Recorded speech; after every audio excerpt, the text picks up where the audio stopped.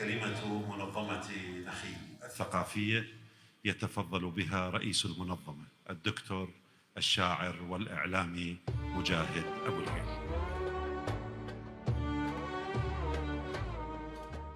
الضيفات والضيوف العرب والأجانب، ضيوفنا الأديبات والأدباء، أدباء الوطن، مساء بغداد عليكم ومساء الشعر والسرد والأدب عليكم، وأنتم تبددون ظلال نخيلنا هذا الصباح بحضوركم وبضوء إبداعكم، فأهلا وسهلا بكم.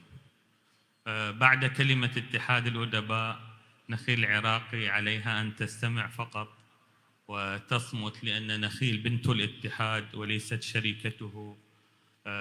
نخيل عراقي هي ربيبة الاتحاد وهي نخلة الاتحاد، فلا كلام لنخيل عراقي بعد كلمة الاتحاد. شكرا جزيلا لكم.